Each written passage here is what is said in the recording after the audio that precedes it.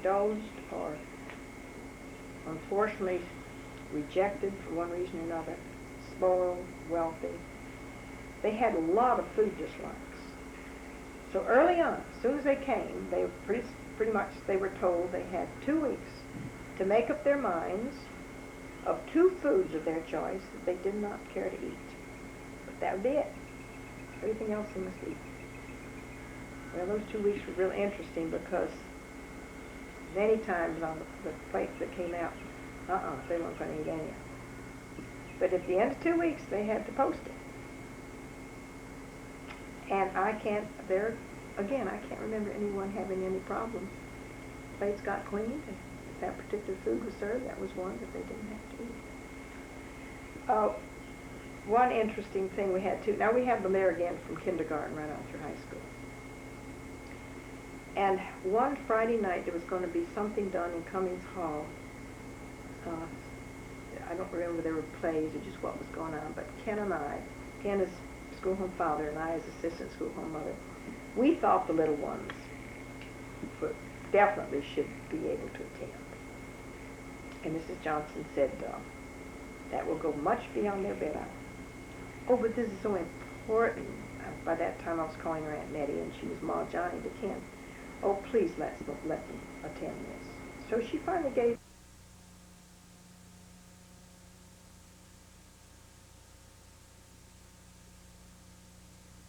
school home, how Ken and I wanted the younger children to participate in or that is attend this festivity that we were doing in Cummings Hall that night. It was a Friday night.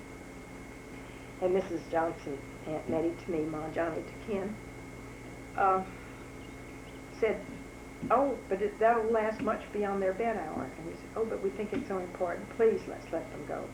She finally gave in to us, and she said, this will be an interesting experience. Watch the children carefully tomorrow and see what their reaction is. Oh, boy. They just had a wonderful time. But Saturday was hell. And I often think about that in watching the irregularity of a child today. Any time to put them to bed, any time hour to eat, anything to eat.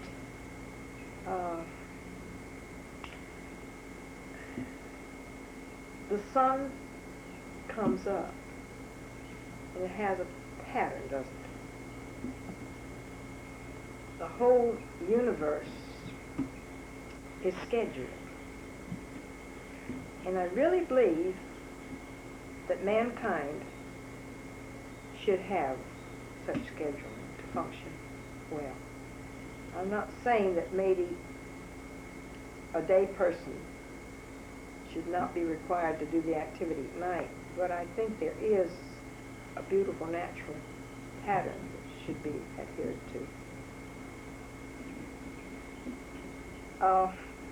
On the school home too, the atmosphere of the place, I can't remember in harmony. It was fun. It was noisy, and if you wanted quiet, you simply could go to your room. But there was a joyousness about it that was similar to what I had left in my own wonderful family of 6 children. There were 2 pianos. I had one in the back room of the school home mother, who's my older sister, in her room, and there was one in the front room. And talking about pianos, there were 10 pianos on that campus at that time. There was a piano in every room except the manual training and the science department.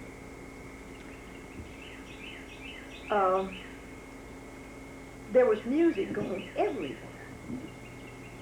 There was either folk dance music for the folk dancers, there were folk songs going, there was a music cottage where private instruction was being given, lessons were being given. Of course, the lower school, the kindergarten and First Life, was piano in each one of those rooms. And I assisted down there so often, in fact, I filled in there a lot. And I guess music took up half of our day in one way or another. We'd play songs, and the children just radiated to music. One of the things I used to do with them to so many of us don't know how to listen. And one of the games I remember playing with them, we would let one child, send one child go out of the room. And then we would choose an object and hide it. And then when the child came in, I would play, and the rule was, if you're getting close to it, the music was going to be loud. And if you got far away, the music softened. And it was interesting to see how many of them really listened. Of course, the child that really listened found the object quickly. We don't teach our children, or allow our children maybe, to listen, to see, to feel, and certainly to think. So the school home life was a good life. And I remember being conscious of the ones that came in with problems and how quickly they seemed to be resolved and how they joined into the social and the happiness and the whole situation. Of course, Mrs. Johnson was there a lot, and yet she had to leave a lot for lecturing, too. Is there anything specific, Mark, you want me to talk about? No, you might go through what a typical day in the home life, that is, what time they were awakened, do they have to eat at a certain time, or what time do they come back for lunch and so on? Yeah, that was very structured. We all came down to breakfast at a certain hour, and like I say, the food was good, but it was basic and simple. The school bell rang at 8 o'clock, and again at 8:15, and tapped at 8:30. And at 8:30, everyone was in their positions. And there were two requirements now in order to attend that school. That was from all the local and the boarding department and all. That you be there, and that you do your best. That's it. And then the kindergarten, of course, was shorter hours, and the first life too. In fact, they were far enough removed that the bell didn't mean anything to them. They were way down on the south end of the campus. Beautiful, beautiful building. Had our own manual training and art department actually in that building.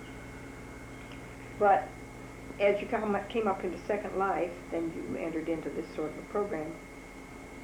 And then at the noon hour was so interesting to me. In the 12 o'clock, school was out, and you were not allowed back on campus until 1. That gave everyone local an opportunity to go home for lunch. And you weren't encouraged to bring lunch. They wanted you to go home. Most of us lived certainly close enough to do that. At 1 o'clock, you could come on campus, but the homes were asked to cooperate and see that the children that those of us who went home would rest for at least 15 minutes. Mother and Daddy were very insistent on that. Well, the afternoons you felt just as refreshed and just as full of a life as you did when you went at 8:30 in the morning. And then the bell would ring at 1, and the campus would fill in a hurry because you had 15, 20 minutes to play. And then at 1:15, the second bell rang, and then at 1:30 it tapped and you were back in class. Now in the high school there were only 2 periods in the afternoon. We were out at 3. And the classes were 40 minutes, and then you had 5 minutes to get across. And I think I mentioned before in the earlier tape, that was all arranged because she wanted the activity of going to and from, to get out, see the sky, and we didn't care if it rained or whatever. We were allowed to come to school barefoot if we wanted. We had dogs on campus. And you were just running helter-skelter to get to whatever building you were going to get to, but you were expected to be prompt in getting there. And in opening the museum, we are going to ring the bell again, those same hours, 8:15, tap at 8:30, 1:15, or 1:30. We're going to keep that schedule 5 days a week. Uh, the school home was easy to control that schedule, of course. And then at 3 o'clock, the whole campus stayed alive. The buildings were left open, teachers were available. If you were interested in science, you go back to the science department. If you were doing something in shop, you go back into your woodworking. And particularly if you were working in clay, you just didn't want your clay work to sit. I think there were two periods a week in the clay, because you had to have the arts, then you had to have manual training, which were required. You had to have folk dancing, and you couldn't get them all in and get all your academics in. So it was great at 3 o'clock that you could go back and work on a project, even if it was silver, whatever, looms, or if we were putting out the yearbook or doing the weekly paper, and the typing room was delightful, or if we were working on a play, chose our own plays, or if you decided you wanted to get your theme written. There was a required written theme every Friday, freshman, sophomore, junior, and senior, generally of your own choosing. And it was wonderful how many good literary things came out from their student body. Didn't dwell too much on grammar. It was expression of thought and idea. And then on Friday nights, there was generally a party, and it was generally a folk dance party. And there were programs that were printed, and the boys asked the girls if they would dance, gallery peacock, this is my dance, etc., etc. And folk dancing is a wonderful, joyous social occasion. And then on Saturday night, that wonderful old gymnasium called the Cummings Hall, after Lydia Cummings and her husband, who were so influential in helping Mrs. Johnson. Saturday nights was a community gathering, wonderful basketball teams. We had the, what did they call them, those marvelous, you probably can remember, name them better than I did, two real fine teams that were traveling all over the country. And they actually came and played our boys, of course, lost. But we'd have these basketball games and then a marvelous social dance. And parents, everybody would come. It was great fun. The community was small enough that took place. And then that Cummings Hall, too, I love to think of what went on in there. And every Wednesday, all year long, there was a Wednesday luncheon. And there was a program. And we had a wonderful kitchen in that old gymnasium, old Cummings Hall. And we served wonderful meals, and practically the whole town came. We had speakers, and it was there would be discussions, there would be single tax, there would be socialism, discussion on communism, there would be Clarence Darrow frequently came to Fairhope. In fact, I like to tell the funny story. One night when Clarence Darrow was here, he was associated with, or I should say Mr. Tone was associated with him. Clarence Darrow, of course, was such a famous attorney out of Chicago. And this David Tone was an associate of his, and his family moved down here and all of them were in school. And Clarence Darrow was here that time, and Ken went up to go to bed. He was in high school. And he came back down and he said, "Well, Johnny, I can't get to my